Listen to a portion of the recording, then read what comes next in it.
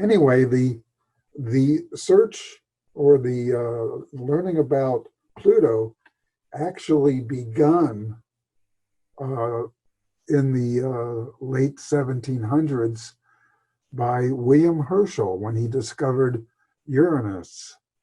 Uh, he was actually looking for comets, and he found that Uranus seemed to be this object in the sky.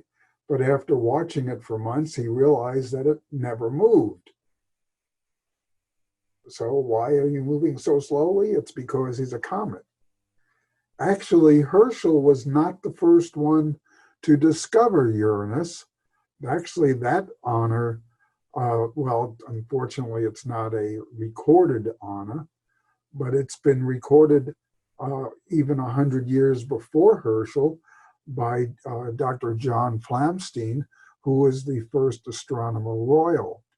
And looking through his notes, uh, he was actually watching Uranus and found that it he actually had it as a star because it was moving so slowly in the sky, and his sky maps actually had it as a star.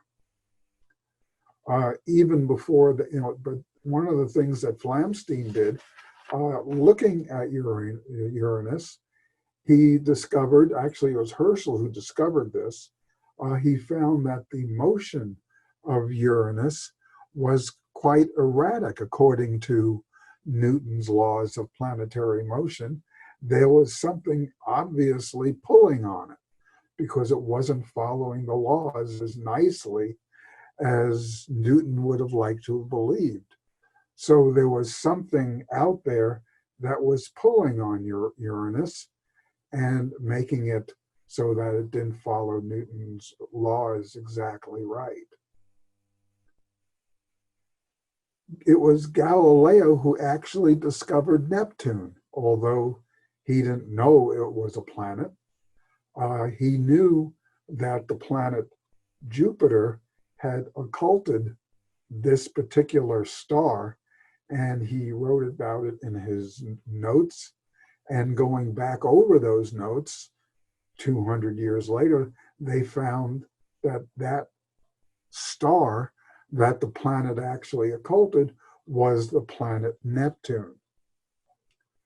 Later on, I would say much later on, uh, Neptune was discovered. It was actually discovered visually and mathematically. It was discovered visually by Johann Gottfried Galle, a German astronomer. He discovered it through his telescope, uh, actually with the help of two other astronomers by the name of Leverrier and Adam. And they were actually trying to predict Neptune's orbit based upon how much Uranus was being pulled. So they confirmed Newton's laws of gravitation and actually tried to figure out exactly where Neptune would be. So Adam's prediction had it over there, and Leverrier's prediction had it there. But meanwhile, Gall's observation had it right there. So it was pretty close in the sky.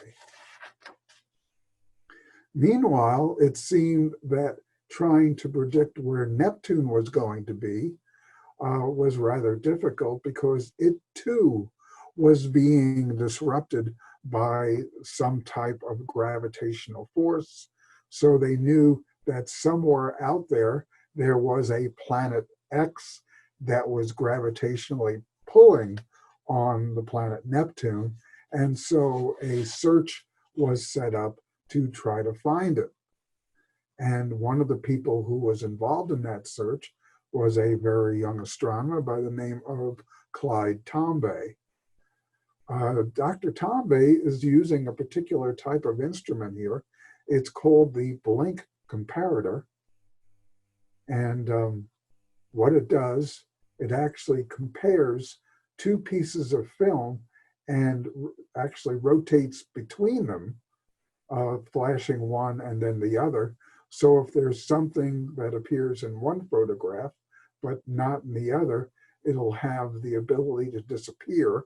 Or if it's moving, they'll be able to see how it jumps. I have a kind of a demonstration of that. I have two pictures like this. This is actually, we have two almost identical pictures. But if you take a close look, you'll see that there is one thing that is not identical. And as I jump from one to the other, you can see that that one object is fairly obvious. Well, Tombe used that same thing with these two photographs, taken 6 days apart. And when you actually combine the two, you can see that there is actually something jumping in between those two photographs. And that thing that is jumping was the planet Pluto. At the same, actually a couple of months after this, an astronomer by the name of Dr. Daniel Morehouse decided to use the Drake Observatory to actually find Pluto as well. And he did. He actually used an 8¼ inch refracting telescope to take a picture of the planet Pluto. And there it is, right in the center of field. That picture was taken on November 25th, 1930, about 8 months after it was discovered. It's one of these pictures that was lost to the ages and then recently found. Anyway, between 1930 and 1978, bunches and bunches of pictures were taken of Pluto and put in archives. By the way, any astronomers are unbelievable hoarders. They save everything. All you have to do is look behind me and see the rest of my office, and you'll see my entire life is on the wall. In fact, there's some things on the wall that I probably should kill. Well, anyway, let's keep on going here. Looking at the many pictures taken of Pluto at the time, here are some of them, and you can see there's an awful lot of grain in these things. But one thing is fairly obvious on the picture on the left is the fact that it has a bump on it.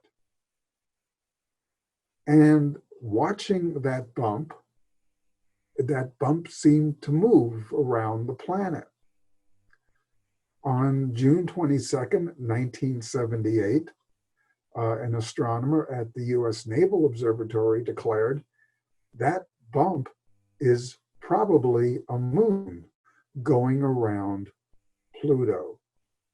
So the image had a bump and the bump was a moon.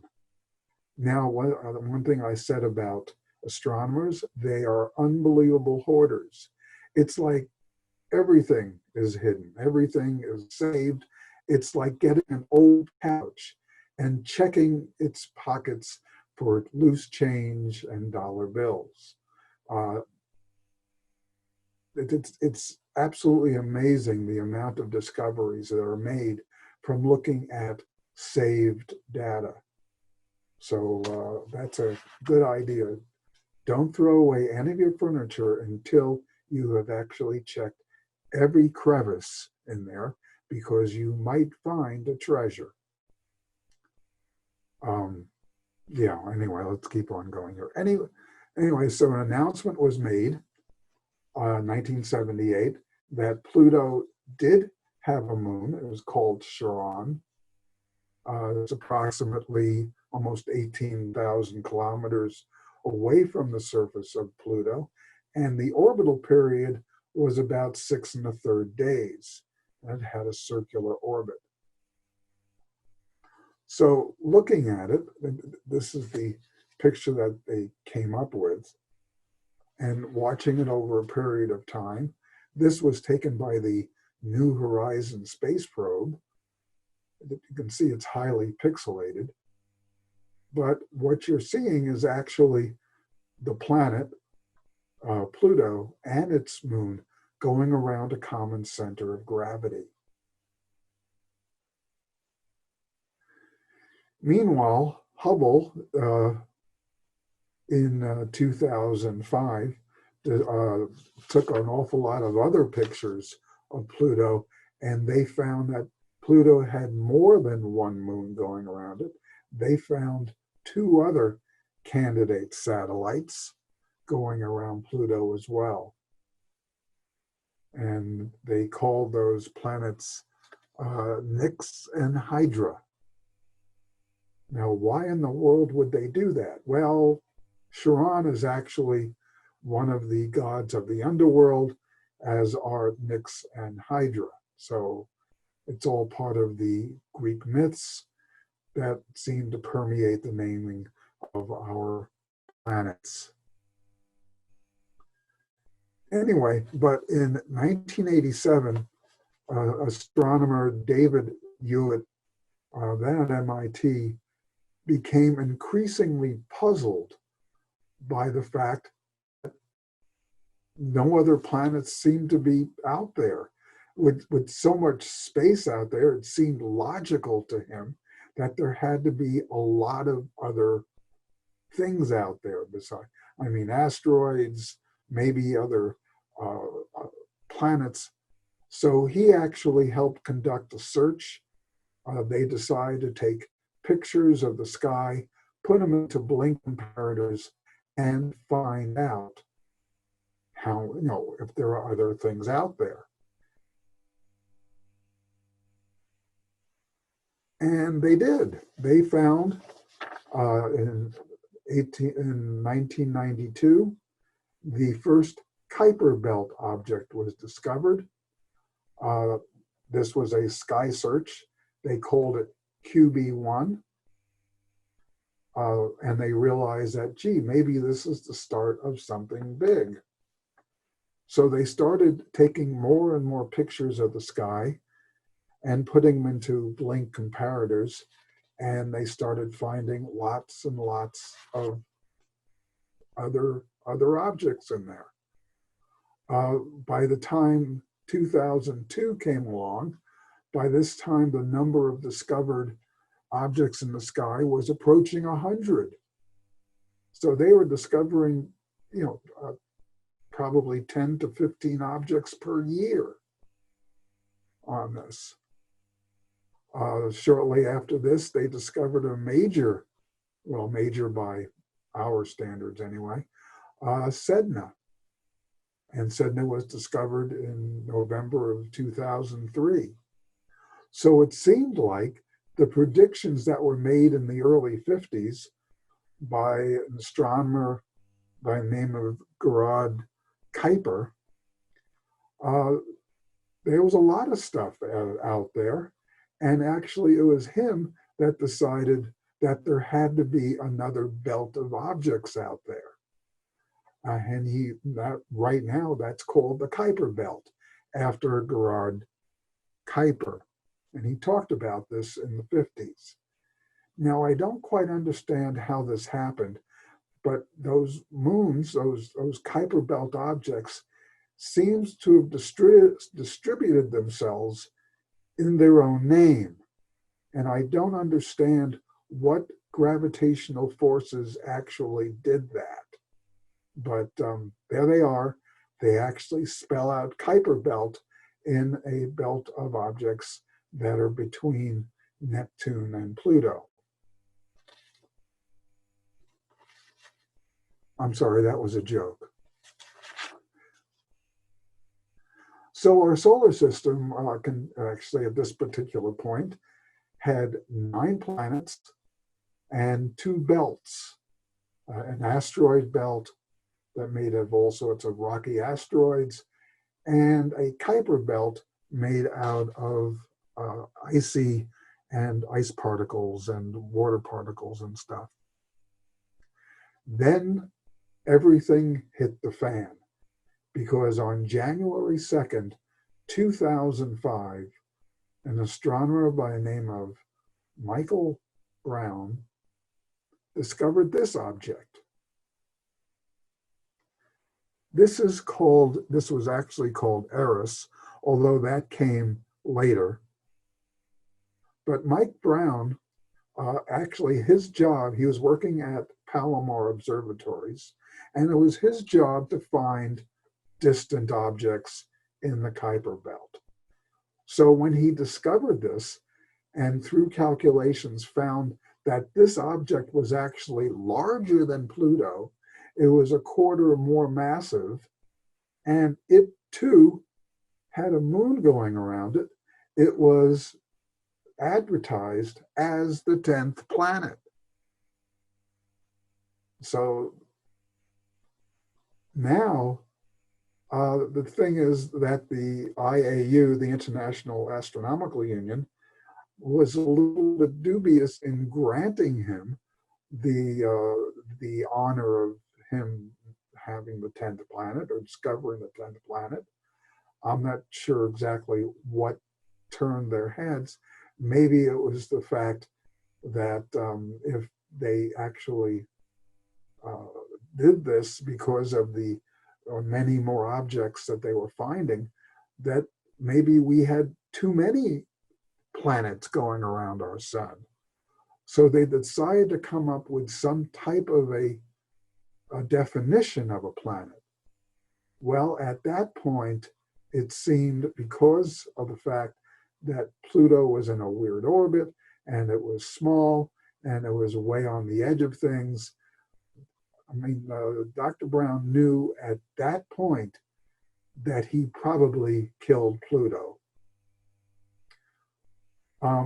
Maybe it was also the fact that in looking at those two objects in the sky, the planet Eris and its moon, he wanted to name them Xena and Gabriella, because that was his favorite show at the time.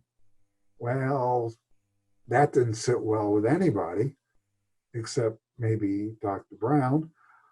But it was decided that it would be called Eris and Dysnomia. And you can see here that the artist's drawings does have Eris as bigger than Pluto, even though Pluto has more moons going around it. Anyway, so more and more calculations were made of Eris and Dysnomia. And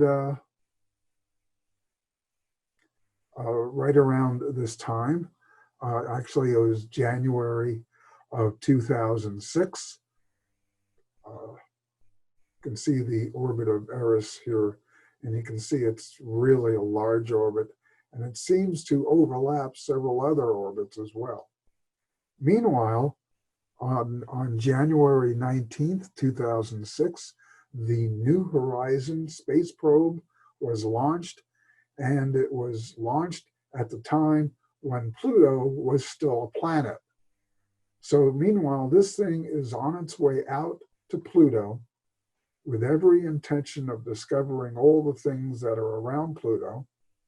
And its orbit actually took it out past Jupiter, where it got one hell of a boost from the gravitational field of Jupiter, which actually sent it on its way really fast toward the planet Pluto.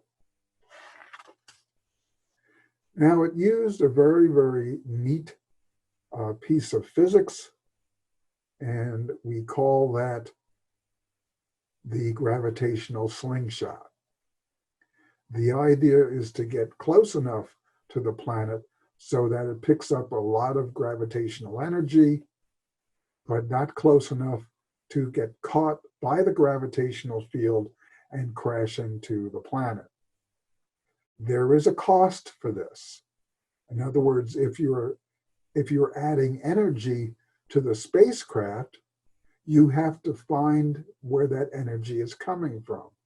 And that energy is coming from the orbital energy of that planet, which means that Jupiter is actually orbiting slower in its orbit around the sun, which also means that at some point, Jupiter will begin to fall in toward the sun.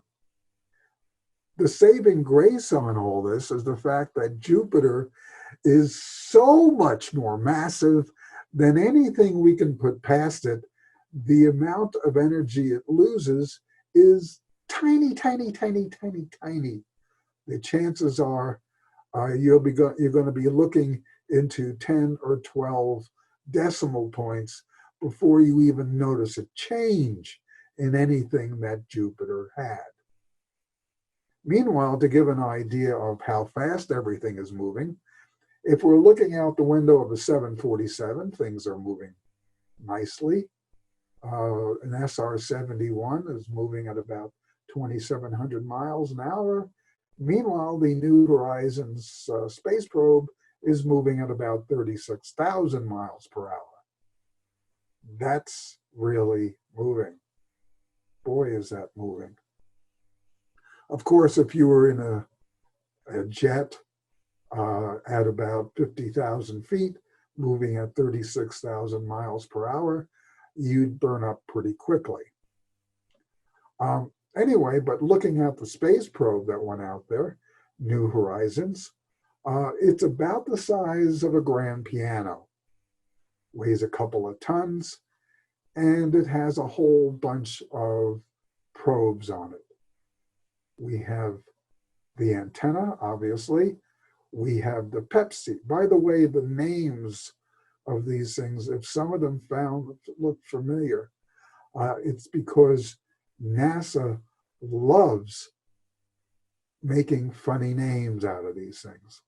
Again, they don't have much of an imagination, so they name things after something else, like Pepsi, Swap, Lori, Ralph, Alice, and Rex.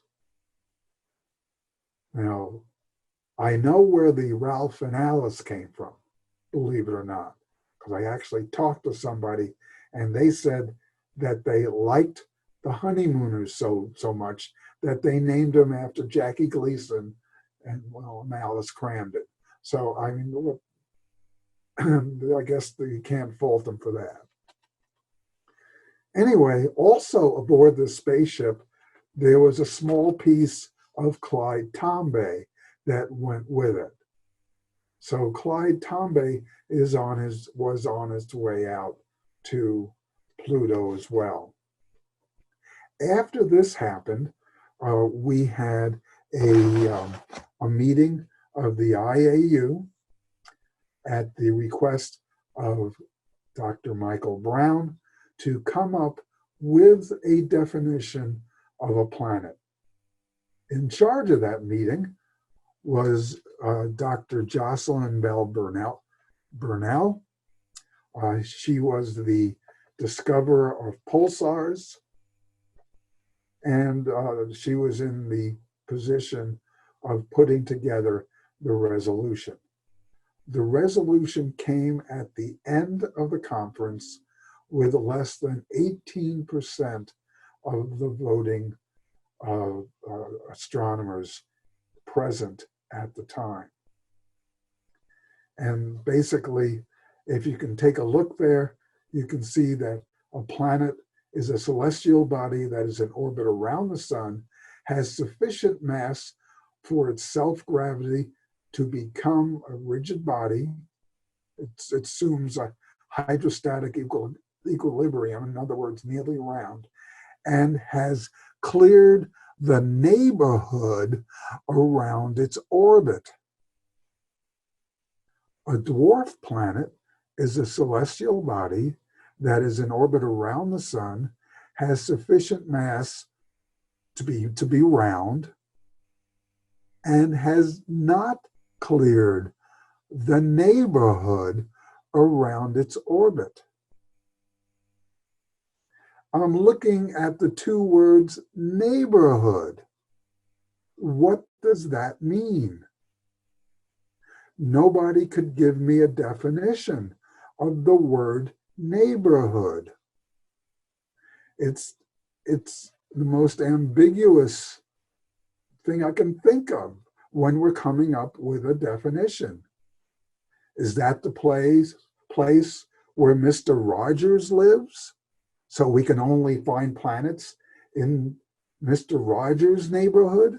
I mean, this doesn't make any sense. So why is Pluto not a planet? It has everything that a planet has, except that it does not have a clear neighborhood. So we're looking at its neighborhood. What is the neighborhood?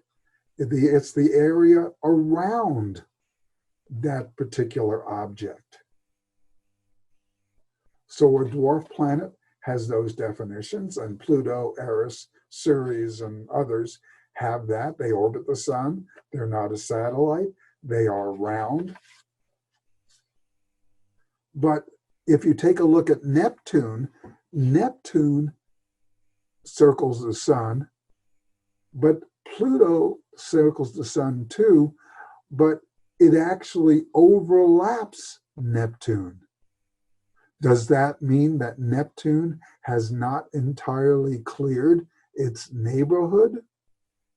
Would that mean that neither Pluto nor Neptune are planets? What about our Earth, where we have asteroids all around us, which simply means that according to clearing our neighborhood, all of the inner planets are not planets. So there needs to be some type of definition for neighborhood, because it certainly doesn't, it doesn't, it's too ambiguous to come up with a definite meaning. And I won't even tell you how I feel about the word star. So, because that's really weird. Anyway, let's keep on going here. Now, what makes Pluto really hard to believe that it's a planet is the fact that, for one thing, Pluto, it's the plane of where all of the moons of Pluto are rotating around the planet, happens to be perpendicular to the plane of the orbits of the other planets. So that makes it a little bit hard. The fact that it actually moves in a totally different way than any of the other planets. So New Horizons was on its way out. It had a Pluto encounter in 2015. Somewhere between 2018 and 2022, it had a KBO encounter. KBO, Kuiper Belt object. And in about 18 years, it'll be 100 astronomical units away. That's about 100 times 93 million. So that's going to be a pretty good distance away. Meanwhile, on its way out to Pluto, it did kind of take some pictures of some of the objects that passed by. It took pictures of Io, and as you can see, in these seven or 8 years since the space probe Galileo passed Io, things changed a little bit on that moon. And in fact, it actually discovered another volcano on Io as well. If we put Charon and Pluto together side by side, this is approximately the scale that they are to each other. On the way out, New Horizons took some more shots of Pluto, and it discovered actually that Pluto actually has not only Charon going around it, but it had 4 more moons going around it.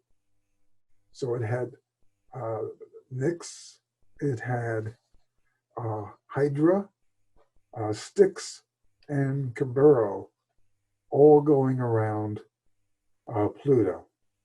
Now, if you ask me, it seemed that, at least in my imagination, Pluto did a pretty good job in clearing out its neighborhood, since they all seem to be orbiting that planet as well. But if we take a look at how they are orbiting that, actually on the relative sizes of each of them, and then also took pictures of them,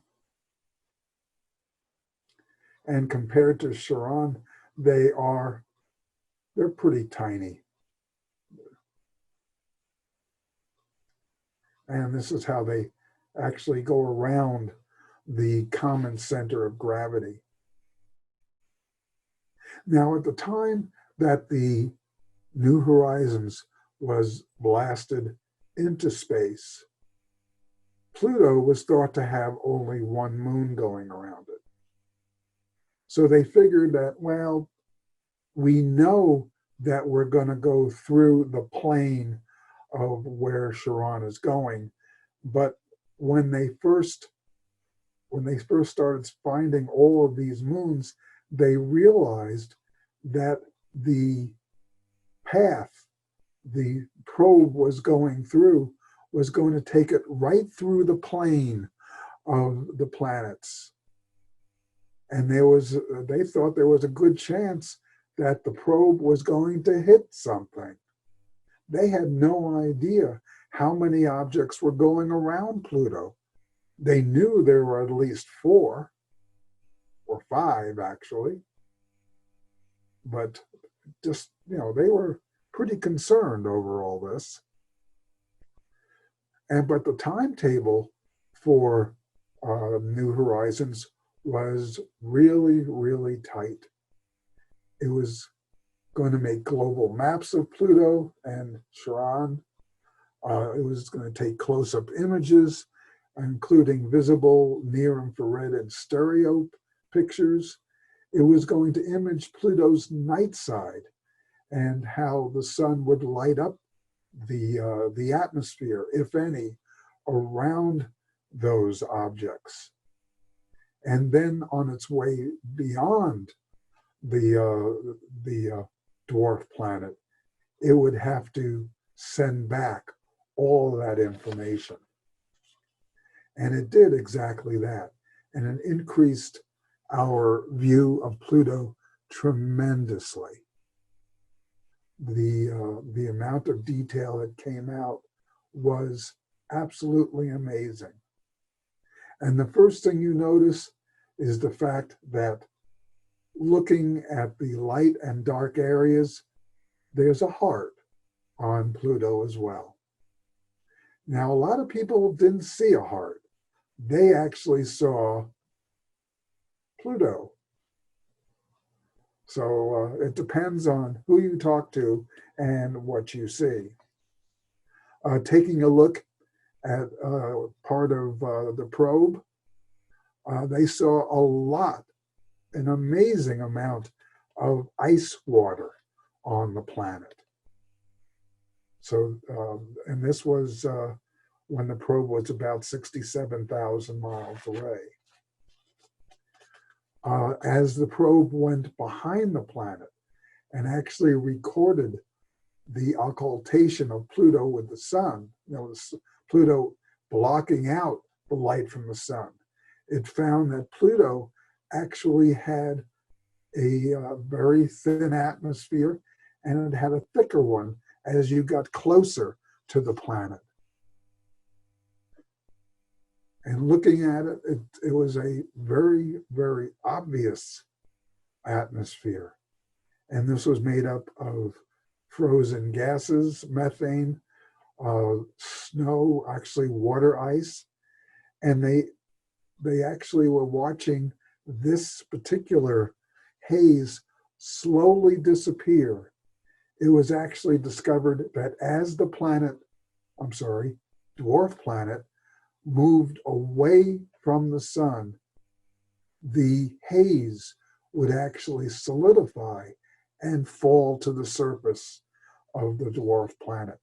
So at some point, when Pluto was at its furthest away and the surface was at its coldest, there would be no haze around the planet. Other pictures show how far out this haze actually traveled.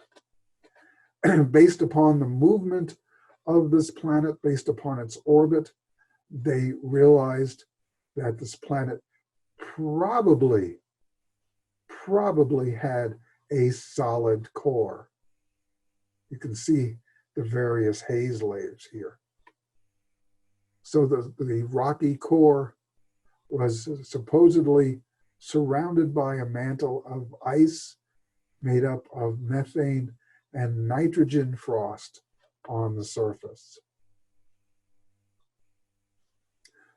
Here's a picture of one of the plains, actually what they called Sputnik Planum. This is actually the upper side of one of the heart of that plain area. And it discovered that these nitrogen ice flows are actually in motion based upon the fact that the planet is slowly cooling.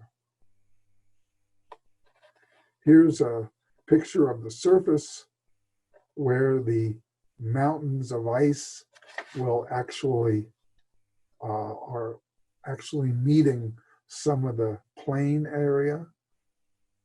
Some of the craters that were found were punched into the icy surface of the planet. You can see that the scale, you can see that that line is 6 miles long. I took a picture of Polk County with the same scale, just to give an idea on how big this is. And actually it's central Iowa. So here is Polk County, central Iowa, at the same scale. So you can see how close we were able to get a lot of the pictures, how we have Des Moines to scale as far as the pictures of Pluto are concerned. And then I just ran a file of the various pictures that were taken by New Horizons as it passed by the dwarf planet. So we'll just kind of watch those for a little bit.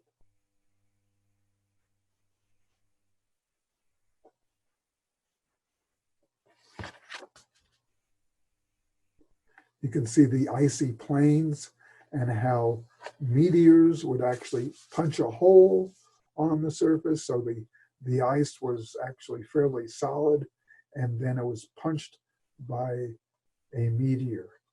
And the fact that these flows seem to be moving into the plain area. And these are actually, in a way, these are dunes, but probably not sand dunes, probably dunes of ice and ice crystals. So I couldn't resist this. I thought it was really neat, especially the 3-eyed dog and the 5-legged dog. Well, anyway. Charon it looks like an orb that started out maybe a little bigger than it did. Then as it froze, it kind of shrunk. That line going around the midsection is a place where the planet actually caved in on each other. If you put both objects together, they are about the size, a little bit smaller than our country, the main part of our country. And they've actually started naming some of the objects on this little world after the Star Wars characters and places. Organa, Skywalker. And you can see where the Charon may have expanded at this point when the subsurface ocean made of water ice may have expanded. And again, here is Pluto's North Pole area, captured by New Horizons. And so what now after Pluto? After we went to Pluto, they decided they were going to try to find a Kuiper Belt object to look at. So they looked out beyond Pluto, and they had several candidates to look at. And they decided to pick one. It was actually PT1, which means potential target. And the reason why they picked PT1 was because it's actually the closest to the trajectory of the New Horizons. So they watched PT1 and they noticed that it actually occulted a star. And based upon how that object occulted that star, they actually tried to get an idea of what the shape of that object was. It appeared to be two objects based upon how the object was blocked by that particular Kuiper Belt object. So they figured it might look like this based upon how it occulted. But no matter what they did, they couldn't get a real good fix on it until it got closer, until New Horizons got closer and closer to that object. And now they were on the way to KBO 2014 MU69. And as you can see, it's right out on the edge of that Kuiper Belt. And there's the first picture that New Horizons took of it. You can see that somehow it is elongated, and as they got closer, the object got clearer.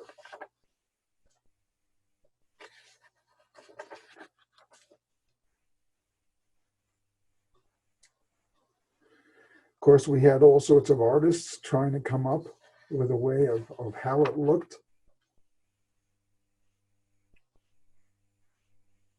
And they called this a contact binary. Now, what in the world is a contact binary? You can see they actually have two names for it. They have Ultima and Thule. Together, they're about 21, 22 miles long. And you're looking at a full-on view of this. If you turn it to the side, it is a bit flattened. But this thing was actually what they call a contact binary object. This is actually the result of something called cold welding.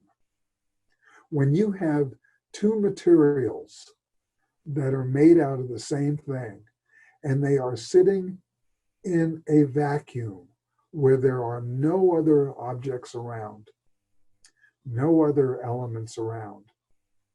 The elements, if the elements actually had some type of personality, they wouldn't, because they have no oxidizing layer around them, they would not know where one element ended and another element began.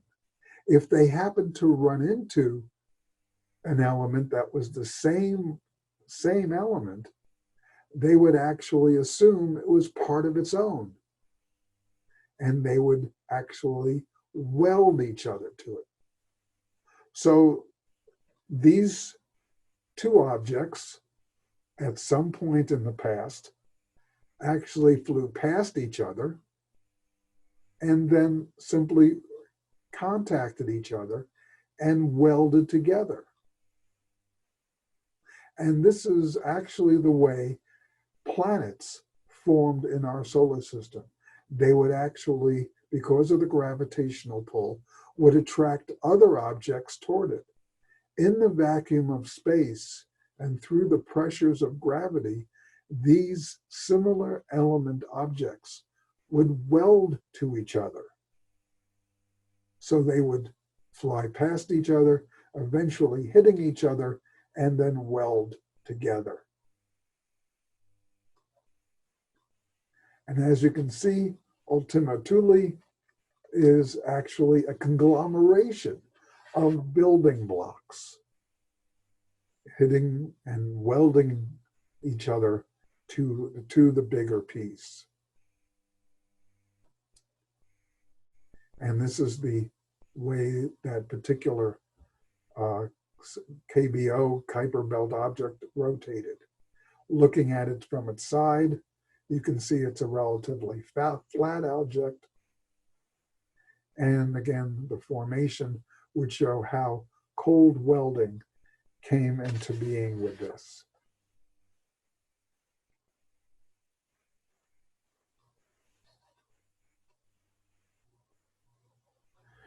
Now, this KBO 69 is actually not the furthest thing that we've seen. There is something out there, and they called this particular object, it's the purple thing, that thing way off in the distance is our sun. They actually call this 2018 VG18.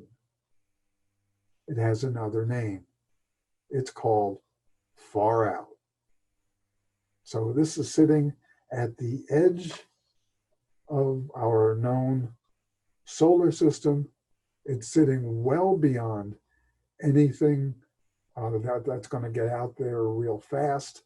The soonest that something's going to get out there to take any kind of pictures is somewhere in the vicinity of about 2038. But here's the discovery picture of Far Out. And as you can see, New Horizons is sitting about 40 astronomical units away, and it still has another 80 before it gets out to Far Out. Meanwhile, Voyager 1 and Voyager 2 are about that distance away. Voyager 1 is about 140 astronomical units away. Voyager 2 is about 100 to 120 astronomical units away. And both of those objects, both of those probes, are beyond the, shall we say, our solar wind. Here we have the particle chart for Voyager 1. The blue is actually our solar wind. The red and the black are actually interstellar particles, charged particles. And as you can see, sometime in the late 2012, they crossed each other. And now they're getting more interstellar material than they are solar wind. Is this beyond our solar system? Heck no. It's still within the range of our sun's gravity. And it's going to remain there. It's going to be influenced by our sun's gravity for the next 30,000 years or so. Meanwhile, Voyager 2, shows a similar chart where galactic cosmic rays have actually become more prevalent, and our solar wind has become less. And that happened November of 2018. So looking at a space line of our solar system, you can see that New Horizons is about over there, around 40 astronomical units. Voyager 1 is sitting somewhere around 140 astronomical units. And there's Voyager 2. And beyond that, we have a possibility of another planet, because it keeps on going and going and going.